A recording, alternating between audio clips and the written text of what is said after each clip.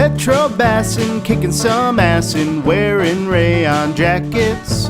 Thinking about Bill Dance, watching these fish prance through my Ray-Ban glasses. Ain't nothing better than... Welcome back to Retro Bassin. Pretty excited today. Got a very special episode of Retro Bassin, and one that I have been meaning to do for quite some time. To me, there is something special about a lure that promises to catch everything from bluegill to blue marlin, and is perfect in the hands of every angler, from the 6-year-old novice to the pro. Quite frankly, there is not a lure that has that as seen on TV logo that I have not purchased at one time or the other. But today on Retro Bassin, I'm going to show you the top 10 gimmick lures of all time.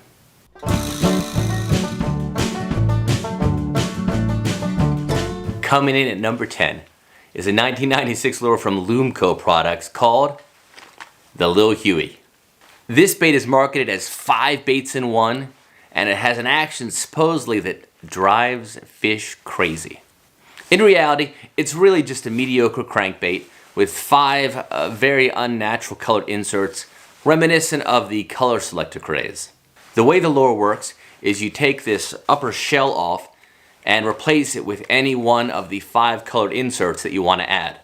According to the instructions for use, the way you fish this bait is actually not like your traditional crankbait, but rather you cast it out, you wait 10 seconds, and then reel it in with a series of short twitches and jerks. I've never fished with a Lil Huey myself, but I'm anxious to get out on the water and see if in fact it swims like an injured minnow.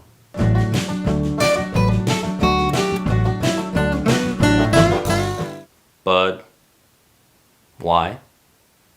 Sir. Who remembers the Budweiser ad campaign from Budweiser back in 1995?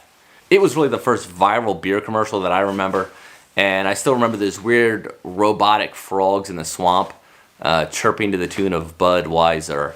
Really, it was no surprise that Budweiser tried to capitalize on the success of that ad campaign, and this is actually the first of 2 Budweiser lures on the top 10 gimmick list. So this is the Budweiser Talking Frog from Johnson Lures. The Budweiser frog was actually based on the original Johnson Talking Frog, and the way that these lures worked is they have an internal speaker and an internal battery system. When water hits the 2 contacts, as you see here, it actually activates the circuit, and this thing starts croaking, and this one starts saying Budweiser. This bait looks eerily similar to another frog that I've used quite a bit, and that is the Doug Hannon frog bait. Now there is one difference on the Budweiser frog, and I'll show you this.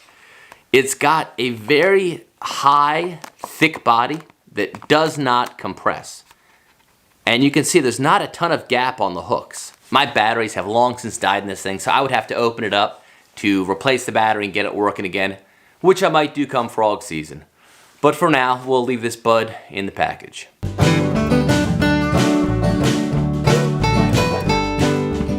Long before the laser lure, there was the electronic lure from Viking Lures.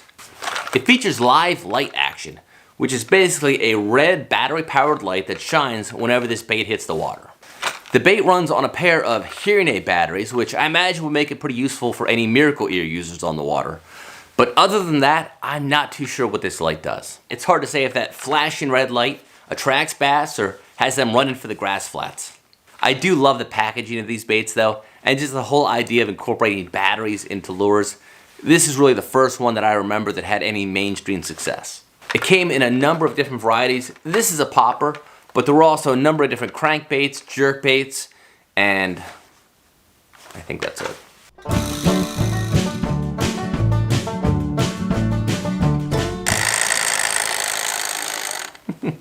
No, this is not a bass toy, but this is definitely one of my favorite gimmick baits of all time, the Powerpak Minnow. Mechanical lures have been around for decades, but really this is the first one that I remember that had any major mainstream success. Developed by Frank G. Pierce in Dallas, Texas in 1987, the Powerpak Lures hit shelves with an infomercial to boot. The way this lure works is pretty interesting. You pull the string, which happens on the back cast, like such. When this bait hits the water, it vibrates, and it really does send a nice ring of ripples all around the bait. Now, when the vibration stops, just pop it like you would a pop bar or a hula popper, and pulls the string again. The bait came in a number of different colors. I really like the clear over here and this Black Shore Minnow. The success of the Powerpak Minnow led to this, which is the Powerpak Frog, which has a pair of soft kicking legs. It works the same way. If you pull the string, the legs start kicking.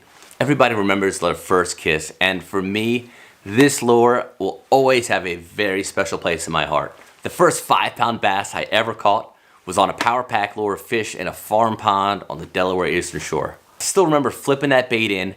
I had no clearance. I had trees all around. This thing buzzed for about 3 seconds, and that fish crushed it. Ever since then, I have been trying to recreate that moment, albeit unsuccessfully. Maybe this summer.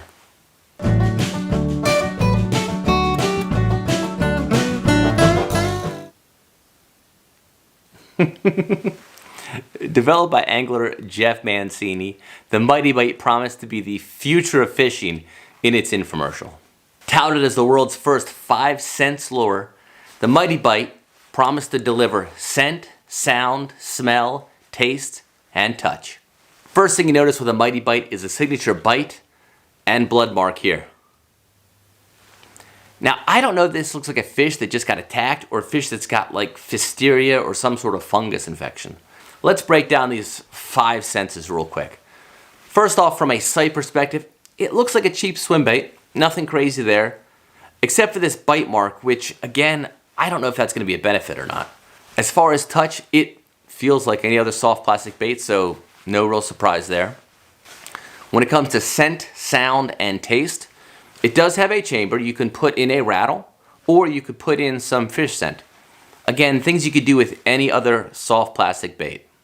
This really did make the rounds on the As Seen on TV market, and for $19.95, you could get the 100-piece set, which basically consisted of a bunch of junk and 10 of these swim baits.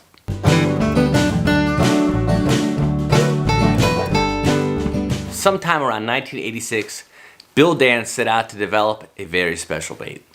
He wanted a bait that was long, slender like an eel, but had a crankbait head. After a few years of research and product testing, Bill came out with this, the Dance's Eel by Keeper Bait Company. According to Bill, this was the lure he wished for his entire fishing career, and it worked even better than he imagined. I've done a fair bit of fishing with Dance's Eel, both in the Keeper Bait version and the newer version from Yum. One of the interesting things about this bait is it doesn't necessarily fish the way that you think it would.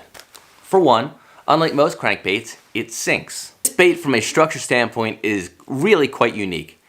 It does have a crankbait standard lip here, which dives to about 6 foot. It's got a soft head, no rattle. Comes with a single treble hook and onto the eel tail. The way I typically fish this, I'll either fish it, I'll cast it out and reel it in on a steady retrieve. It'll run at about 6 foot deep, and if you don't fish it too quickly, that tail has a really nice serpentine action. Another way you can fish Dance's Eel is to cast it out, let it work like a countdown bait, and reel it in slow at the depth you want. And thirdly, you can jig this thing off the bottom, almost like a worm. Now, that treble hook, maybe not the best idea, but the versatility of this bait is absolutely pretty cool. Back when Bill was promoting his Fish Formula Sparkle Scales, they had some pretty cool deals where if you bought a Dance's Eel, you got a free bottle of Sparkle Scales.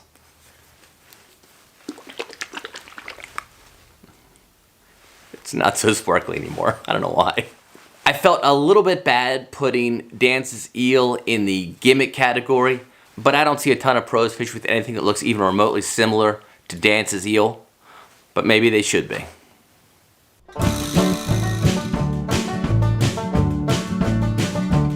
It's time for the second Budweiser bait in our list of the top 10 gimmick lures of all time. Originally developed by Jack Ward in 1975, the Heddon Big Bud has to be one of the craziest looking lures that I've ever seen. Collectors know this profile very well. It is essentially a weird Budweiser can-shaped lure with a crankbait head, sort of an odd lip, and a single blade on the back. By the way, with no swivel, so it doesn't even spin. This bait is 100% gimmick. It fishes really, really weirdly. It's got a rather long lip, but it does not dive very deep. It almost has sort of a rolling motion to it. I've caught a few fish on this thing, but no monsters, truth be told. But you just have to love the iconic look of the Heddon Big Bud. From 1977 on, Heddon worked with a couple of lure companies in Japan to continue production of the Heddon Big Bud, including Smith Company and Olympic Lures. Japan really took the Heddon Big Bud craze to the next level, and they produced hundreds of different colored baits with internal rattles, dice, even little mini soccer balls. It was pretty wild.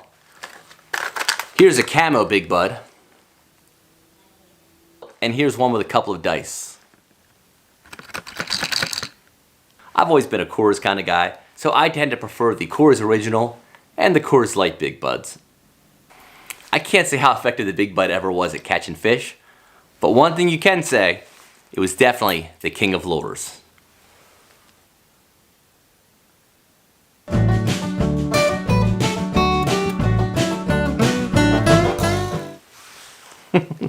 And then there were three.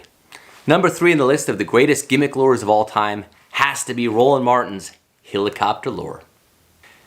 This is 100% one of the goofiest looking baits you will ever see. The way this lure is designed, it does have 3 propellers, sort of like a helicopter. When you cast the bait out, these propellers will slowly spin around like this, and that lure will rotate through the water. First off, any soft plastic bass bait that comes with a swivel should raise some red flags. I have fished this thing a little bit. One of the things that happens for me is even with this swivel spinning, you can imagine you've got a bait on the other end of your line that every time you reel the handle, it makes a couple rotations. It's gonna be line twist city before you know it. Roland designed this bait working the grass mats and hydrilla pads down in Florida, and for that it might have worked great. There's actually some really good video of this thing going right over pads. When you hit a hole in the pads, you let it drop and it helicopters down. In those applications, this absolutely could be an effective bait. But just like any good infomercial, if it can catch bass, well, then it better be able to catch a blue marlin. And that's where I think this bait definitely jumped the shark. It's not a saltwater bait. It's not an open water bait. It is a bait for very specific applications. I know that when he gets together with his fishing buddies, Bill Dance and Jimmy Houston, they absolutely destroy him about the helicopter lure. But you'll get none of that here. Roland, congratulations. Number 3 on the best gimmick lures of all time. I wish that would spin. That swivel's just... Oh.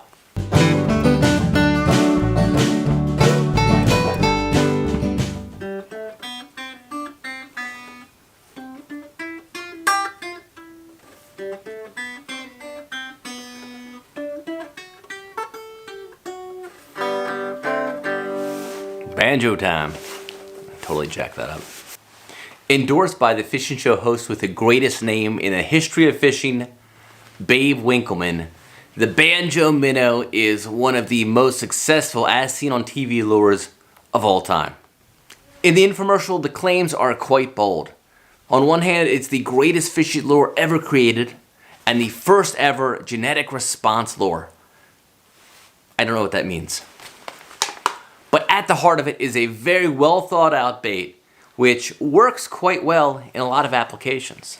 Designed by tournament angler Wayne Hockmeyer, who by the way has like the second greatest name ever in the history of fishing, this bait was designed to emulate a wounded minnow. One of the unique things about the Banjo Minnow is that the majority of the soft plastic bait is unimpeded by hooks or anything else. This lure fishes somewhere in between a soft plastic jerkbait and a magic shad from Lake Fork Lures. Cast the bait out, reel it in, kill it, it sinks, reel it in again. It does have a really nice motion to it all said and done. And the kit comes with a fair number of lures in the back and also some more inside, all for that magic as seen on TV price of $19.95. According to Babe, I guarantee the Banjo Minnow will catch you more fish. And if not, paddle faster. Get it?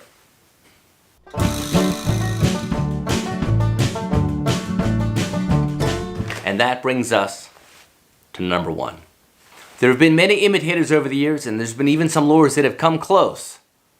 But nothing will ever match the success, in my opinion, of the number 1 gimmick lure of all time. And of course, I'm talking about Alex Langner's flying lure. As chronicled in Alex's book, Flying Lure Fishing, in the early morning hours of December 21st, 1991, aired that first ever 30-minute infomercial on the flying lure. If you ever get a chance to watch that original flying lure infomercial, and I'll drop a link to it down below in the description, it is truly a marketing masterpiece.